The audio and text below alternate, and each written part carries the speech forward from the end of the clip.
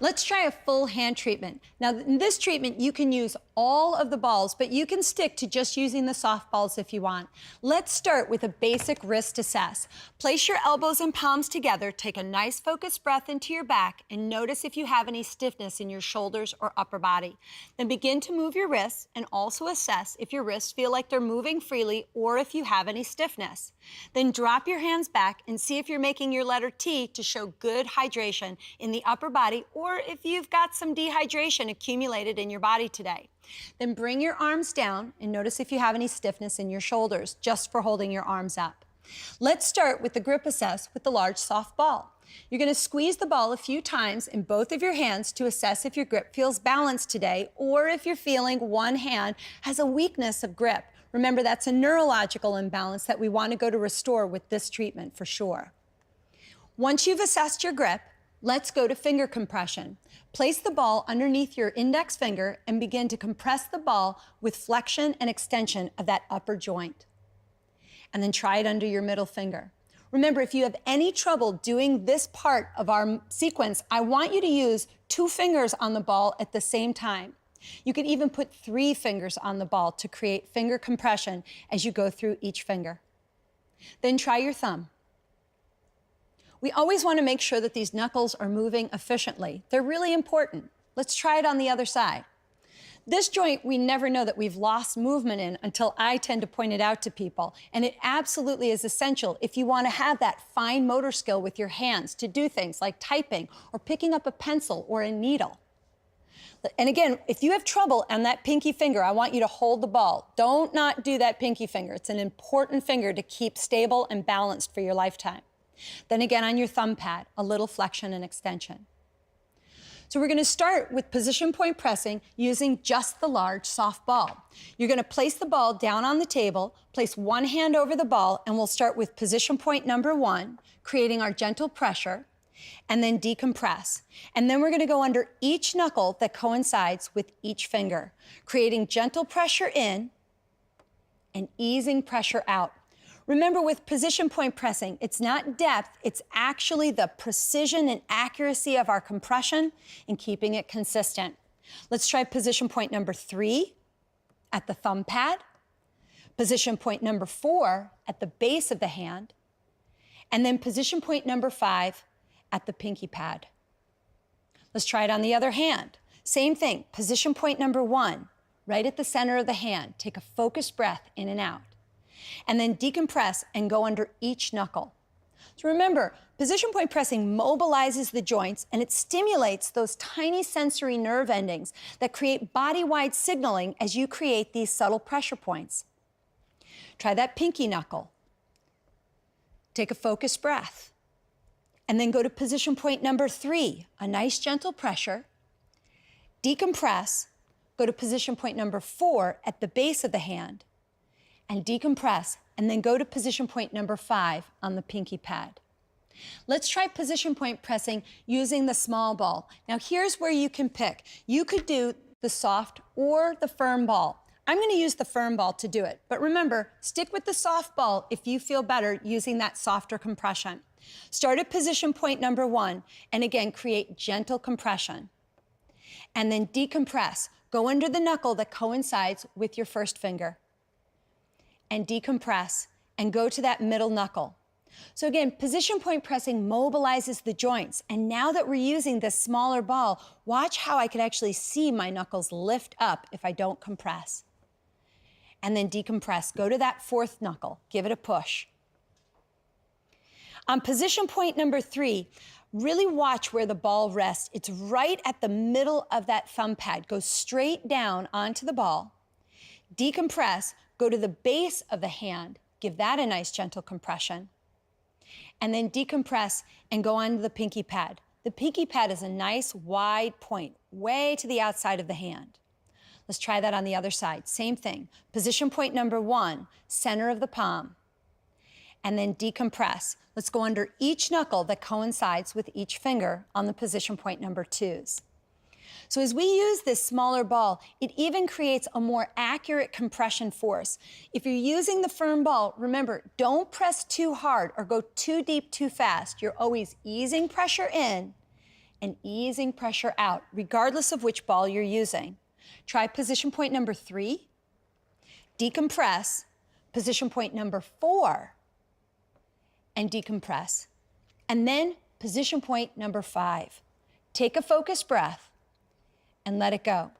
So now let's work with glide, shear, and rinse. And again, you can pick if you'll use the large soft or the large firm ball. I'm gonna go with the large firm ball on this one as well. I want you to place the ball down on the table, put the middle finger on the table, and you're gonna begin gliding between position point 3, 4, and 5. Now remember, if you're using the large firm ball, you're not trying to press harder. This ball does not compress, so you're actually getting more accurate in the surface area that you're compressing. You don't want to go too deep too fast, so remember, no pain with glide, shear, or rinse. Let's try it on the other side, same thing. So again, the consistency of the pressure in a small local region is what prepares connective tissue for the next technique called shearing. And if you are using the large firm ball, you can actually start to identify barriers or areas of restriction. It'll start to feel like you have grains of rice in your hand. Notice if you can feel the dehydration in your connective tissue. Now let's try shearing. Place the ball at position point number 3 and create a small local compression right at the base of the thumb pad. If you're using that large firm ball, again, I want you to keep the pressure consistent, but don't press too hard or inflict pain. You can also try an indirect shear by sustaining the compression on the ball and just wiggling the finger around. If you feel any nervy or tingly sensations, remember, you're pressing too deep, too fast. Just decompress, find another spot, and try again. Remember, after you do a shear force, what's the word that we do? We wait. Right. Give the tissue a moment to adapt. Take a focused breath, and then let it go. Let's try the same shear on the other hand. So again, small local compression.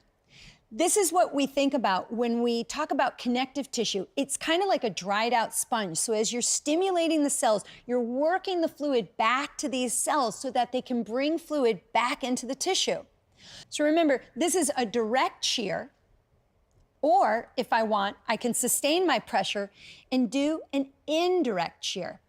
So either way, you're drawing fluid in a local region and stimulating the cells. And remember, once you do a shear force, just give the tissue a second to adapt. Just like you work fluid into a sponge, you want to work the fluid into each cell and then squeeze that sponge out so when we let it go, we can bring new hydration into the tissue.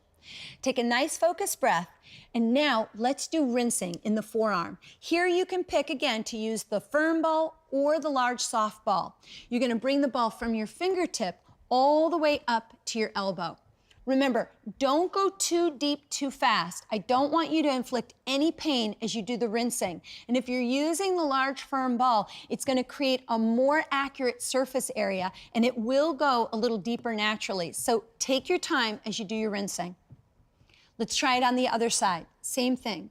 So remember, it's consistent pressure in one direction. And the more consistent the pressure, the bigger the change throughout your entire body. Don't go too fast and don't press too deep. Take a nice focused breath and then let that go. So now let's try knuckle decompress.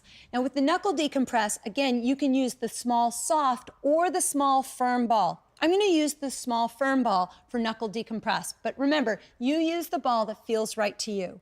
Place the ball in between your index and middle finger, and we'll begin to just squeeze the ball 3 to 4 times in between each of our knuckles to try to release some of the fluids right into the capsules of our joints.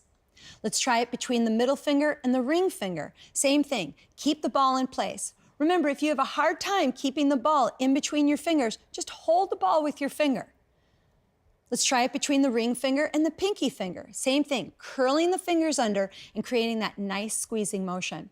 Remember to look at the back of your hands and see if you're actually creating that separation between the joints. That is the key to knuckle decompression. When you get to your thumb, remember you're going to go over that flap of skin, try to fold your finger back and give it a squeeze. If you have trouble holding the ball in place, remember you can always use your other hand to create the pressure and create that gentle squeezing this way. Take a nice focused breath, and let's try it on the other side. Same thing.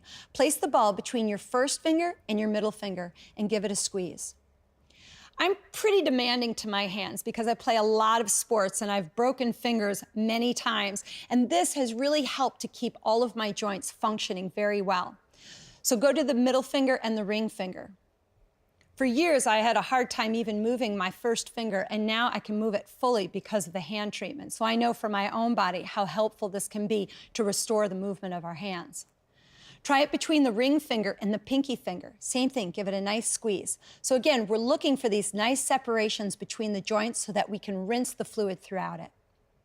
Let's try it between the first finger and the thumb. Fold the joint over and give it a good squeeze. Remember, if you have a hard time keeping the ball in place, just use your other hand to support the ball as you create that compression to decompress the joints. Take a nice focused breath, and now let's go with finger rinsing. Remember, finger rinsing will only use the soft ball. Place one hand down onto the table and begin to rinse over the fingers.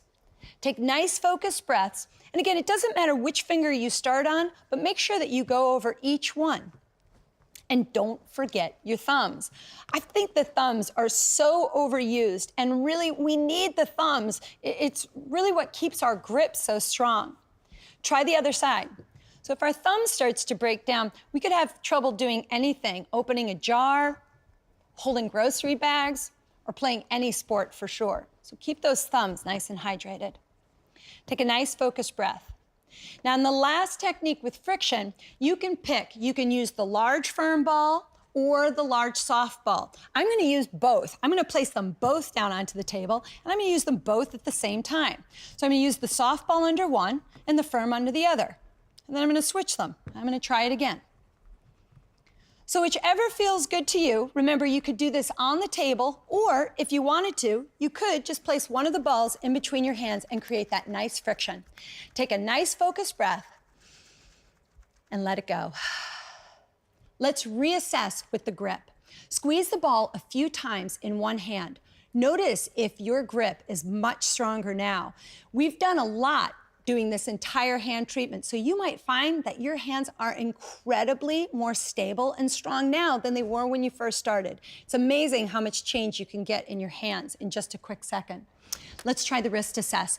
Bring your elbows and palms together. Again, take a nice focused breath. And notice your upper back and shoulders. Notice if your upper body feels really free from any stuck stress. And then move your wrists around. Notice if your wrists are able to move with more freedom. And again, if you look at your hands and your hands are dropping back and making a letter T, we have made major changes, not just in your hands, but in your upper body. Bring your arms down again and notice if your shoulders feel completely free of stuck stress. Take a focused breath. I want you to do this treatment at least 2 to 3 times a week.